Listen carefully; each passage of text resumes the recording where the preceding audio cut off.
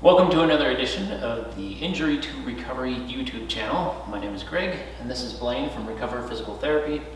And this week, we're actually going to do a little bit different setup. We've been talking for a little while because Blaine is in the middle. Do you mind if I share? No. Blaine is in the middle of working on doing a marathon, and so we wanted to talk a little bit about what is it that a runner could do in order to prevent injury while they're running, because obviously that happens from time to time with somebody that puts in a bunch of miles for the marathon. So Blaine, Right. what are your first thoughts when you think about marathon issues? I mean, it actually happens a lot more frequently than you realize. Like high school runners that are just doing like 5Ks, they're actually, statistically, they're more prone to injuries than even like football players. They're very different the types of injuries than football injuries, but running injuries are surprisingly common. And these are like repetitive overuse injuries. Shin splints, runner's knee, IT band pain, low back pain, stuff like that. Yeah, I was pretty fortunate, I guess, in high school then that I never experienced that. So Yeah, they get more common as we get into our 30s and 40s and beyond. But all right, and so let's talk about a couple of injuries that we've observed for a second before we get into this. One of the areas that, like you talked about, shin splints. I had a friend that he was in training. For him, it was in the military, and he got shin splints all the time. And usually it was connected with working, doing like heavy rucking and stuff like that. And I don't know if it's a weight thing or if it's just the use thing, the overuse thing. yeah, so the majority of running injuries are caused by repetitive stress, and they're usually caused because of a fairly abrupt change in training protocols. And so like the most common one that happens with running is when people increase their mileage too soon, too quickly. And so if you were to graph out your mileage from week to week, you'd want it to look like this, just a real gradual incline until you get up to the distance you're aiming for, rather than something like this, then all of a sudden 1 week you're clear up here. So that is a recipe for injury right there. Yeah. And another abrupt change that we commonly see is, a sudden change in footwear that you're not used to. So if you swap out your shoes, you should kind of break into them slowly, slower runs and shorter runs at first. And also a big one I often see are hills. And so people often think that they don't realize how different running on a flat ground is from running on hills. And so you may be in shape for running long distances on a flat ground, but that doesn't necessarily mean you're in shape for running on hills, even for shorter distances. So the marathon, I think it was the World Championship last year, was in Dubai. It's a really flat course. That compared to the Pocatello Marathon, for example, which is a downhill course. I think it goes down maybe 1,000 feet over that 26 miles. That might be a little bit different thing to run. And it doesn't necessarily mean just uphill as well. The downhill can be, at least in my experience, the downhills actually are a little bit harder on my legs and my ligaments than the uphill. Yeah, they can be just as risky for injuring yourself as going uphill is. Uphills, people will often have like Achilles tendonitis problems, and going downhill, people will often strain a hamstring or get shin splints, or there's a lot of things that can happen. Or in my case, roll an ankle. Yes. Yeah. So yeah, there's a bunch of different ways. Our focus with this video is to kind of give you some ideas as the runner. Either you're in high school or you just decided that you wanted to get into it a little bit more lately, to think about the things that you should focus on in order to improve your running, and hopefully have that time to get to that distance that you're looking for. Correct, yeah. So Most of the injuries are training errors of people not knowing like how intense to push or how long to push, and knowing how to progress themselves. So this video will have some good guidelines on how to progress your training appropriately to avoid injuries. one other thing that we will talk about, and I think we should talk about it right now, is one of the issues that a lot of runners have is they get to a point where they think that that's the only exercise that they should do. And so what's your thoughts on that, Blaine? Yeah, and runners are notorious for being really good at running, but maybe not having a lot of balance with more resistance training. And so, for example, if you can run a 5K or a 10K, that's great. But can you squat your body weight, or can you can you do 10 push-ups or can you do some pull-ups? And so a lot of times you'll find runners that have that imbalance where they're great at running for lengthy distances, but when it comes to strength, they don't have a lot. And having strength is a proven way to avoid injuries, and also to help, if you already have an injury, strengthening around it will help to resolve it as well. My experience as a runner has also taught me that having that strength will also improve your performance as an athlete when you are out running. Oh yeah, great point. It does improve your athleticism as well. So, And one other thing I'll say real quick. yeah, is go that for it. Sometimes runners, I've heard runners like express fear of weightlifting because they're afraid they'll get bulky and that will make them run slower.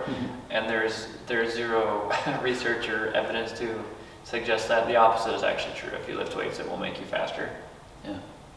Yeah, that's actually what I read in Runner's World years and years ago, way before the internet even existed.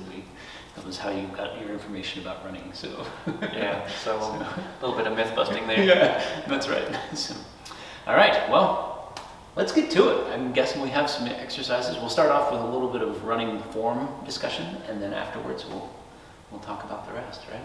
Yeah. All right.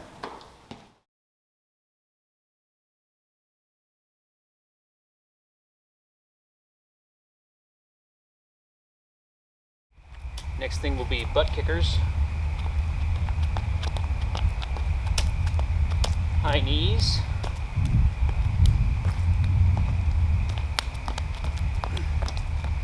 Then also you want to open up your hip. You can do about 10 of these.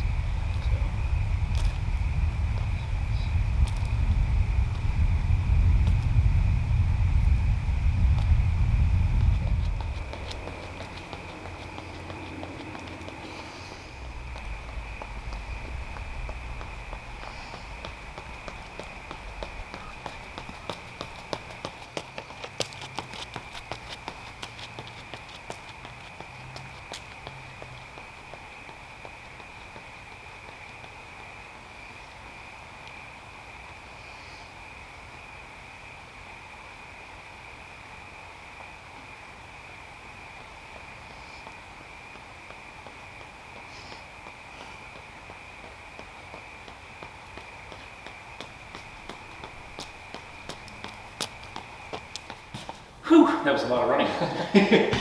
Nice little workout there. Yeah. So we did talk a little bit about how you might want to do a couple of other things, but you also mentioned, actually, we'll just make it so that is what we would do prior.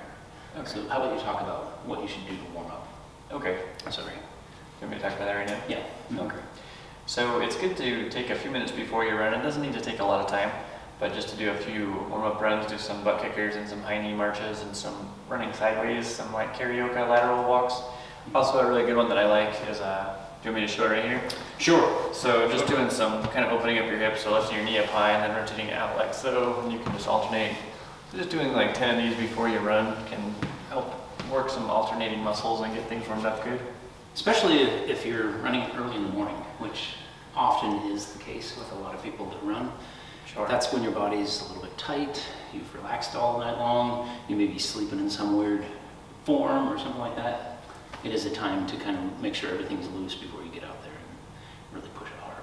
Yeah, and also it's never a bad idea for your first mile or half mile. It's okay to go kind of slow and don't push really hard, and then you can pick up the pace once you've worked into it a little bit. Yeah. All right. Okay, cool. Whew, all right, that was a lot of running. But I know that we're not just talking about running this time, we're also talking about some of the things that make it so you can be successful for a longevity or a long career in running. So what's the other stuff we need to look at? Yeah, so one of the big common running mistakes is a lack of cross training, and more specifically resistance training. Mm-hmm. And so it's important to not only have good endurance for running, but to have good strength too. And you can lift pretty heavy. Like, it's important to put a fairly heavy strain on your muscles, enough that you can only tolerate, 8 or 10 reps before you burn out. Mm-hmm. And so a good, well-balanced runner will be able to have good endurance, obviously, but also have some strength to do we'll show you some exercises with some good squats and push-ups and stuff like that. Yeah. So if you're a runner, let's talk about some things you might want to do when you hit the gym. Alrighty. And so we're going to go through some exercises that are good resistance training. This one focuses on your calves. And so Greg is holding a kettlebell while he goes up on one foot to work his calves. And you want to do about 10 or 20 of these on each side and then switch to the other side. And if you need to put one hand on the wall for balance, you can. Greg has great balance here. And remember, you're doing straight up and then also bended, right? Yep, you can hit two different calf muscles if you vary that. So if you do one of them with your knee slightly bent, it'll hit a deeper calf muscle, and if you do it with your knee completely straight, it'll hit a more superficial calf muscle. Your calves are really important running muscles, especially if you're doing much work on hills. They're kind of your workhorses of running. So there he's doing it with the knee straight. And then he can hit a deeper muscle if he puts a slight bend in that knee. And again, you shouldn't be able to do more than about 10 or 20 of these, and if you can, I would recommend grabbing a heavier kettlebell. So this next exercise works the opposite of your calves. It works your ankle dorsiflexors, which are the muscles on the front of your shins, and they pull your toes and your ankles upward, as you can see. And so this is a great exercise for preventing shin splints, and it also allows your ankle to create a nicer cushion when you land while you're running. So having very strong dorsiflexors will help prevent injuries also in your knees and your hips. This next one is some deadlifts, and Greg is using the hex bar. It can be done with the hex bar, which some people find more comfortable, or you can just do it with a regular straight 45-pound bar and the weights on it. So this one gets a lot of the same muscles as the squats, but it focuses a little bit more on your back, and most people can lift a little bit heavier on this one than you can with the bar on your back. So again, you should ideally build yourself up to where you can at least deadlift your body weight. Is a good indicator that you have some fairly decent strength if you can deadlift that much. You feel that in your back a little bit? I'm feeling it. Yeah, and this will help prevent back pain too for runners. A common myth with back pain is that you shouldn't lift heavy things, and for some cases that's true. If it's a more recent injury, you should be careful. But for a lot of people with back pain, lifting, like what Greg is doing right now, is actually beneficial to your back because that loading helps to strengthen the tissue. So this next exercise will look very familiar, just a standard push-up, and keeps your chest strong. You can also substitute this with a bench press or dumbbell press. I actually prefer push-ups just because when you're doing a push-up, you're holding a plank, so you're not only strengthening your chest and your arms, but you're getting a very good core workout too, which is great for runners to have a strong core. So the next exercise we're showing you here focuses more on the upper back and kind of between the shoulder blades. This is a row, and we'll show you a couple different variations, but this works the opposite muscles of what you work doing a push-up. So the push-up works your chest, and this works the muscles more on your back as you pull your arms and your elbows back and squeeze your shoulder blades together. So whenever you work one muscle group, it's important to work the opposite muscle group so that you don't get a muscle imbalance. So here's another version of a row if you don't have a cable machine. Is you can grab a deadbell or a dumbbell or a kettlebell, and this is called a bent over row. So it's the same thing as you pull your arm up and back and squeeze your shoulder blade in, that works your upper back. And so you'll obviously want to switch to the opposite side after you do several of these.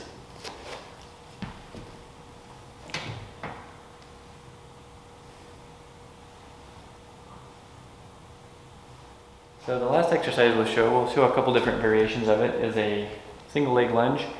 And so you'll put one foot back on an elevated step. And what this does is it forces the leg that's down on the ground to work a little bit harder. So this puts a pretty heavy strain on your quadricep, on the muscle in the front of your thigh. This is a great exercise to avoid knee pain for runners. And then you can also switch it up by, if you put your forward leg up on the step, so this is the opposite of what he was just doing. And this will hit your hamstring a little bit more as you lunge. I don't know if you can feel that in the back of your thigh a little bit there, Greg, on the left side. Still recovering from the other Yeah. the other lunge right now. And these are hard. You can hold weight in your hands while you do this, but for a lot of people it's high enough resistance just with your body weight that you can start with body weight. And as you get stronger, you can start to add some weight in your hands. Yeah, I'm starting to feel it burn now. So this next exercise is a side plank, and so this is a great exercise to keep your hips strong. And so there's various ways you can do this. Greg is doing repetitions where he's going up and down. You can also do a static plank where you just go up and hold it for several seconds or even a minute. If this is too difficult for you, you can also go from your knee to your elbow. Right now Greg is holding a very pure plank on his foot, but yeah, if you need to go for your knee, that's a little bit easier. So you might start with that if this pure plank that he's showing now is too difficult.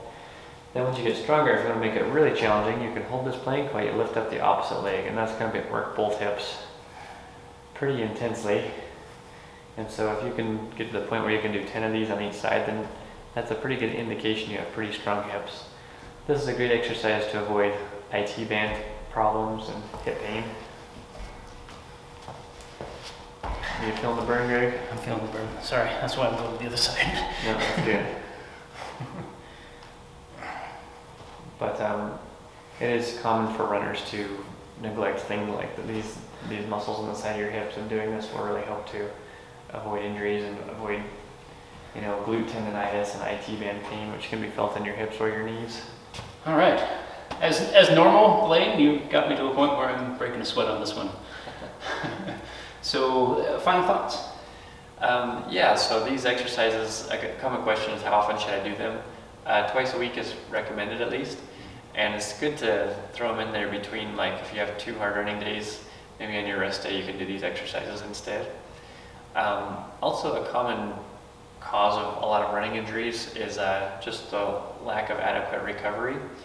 And so a lot of higher level runners will run every day, and they've built themselves up to a point where they can tolerate that. But if you're a new runner, or if you're getting back into running, if you haven't done it for a long time, you want to make sure you rest enough between runs. So maybe start out running every other day, and on the alternate days you can do some stretches, do some exercises like we just showed you, and until you build up to where you can handle doing it every day. But adequate rest after runs and getting a good night's sleep. There's a lot of medical research that correlates the quantity of sleep with running injuries and other injuries from other sports too. So if you're not getting a good night's rest when you're running, then you're much more likely to develop, a repetitive stress injury. Yeah, on the sleep idea, I did talk to I think it was a physiologist, and that was their main goal. Is like probably the biggest thing that we have issues with when people are just learning how to make sure that their body's functioning properly is getting that adequate rest, making sure you have enough liquids. And man, you can actually change a lot of ailments real quick if you just make sure that those are part of that regimen. Yeah, good sleep. Whatever you're dealing with. And good nutrition. That's a topic for a whole other day for sure. But It is. Getting a good balance of your macros, your carbs and your protein is really important too.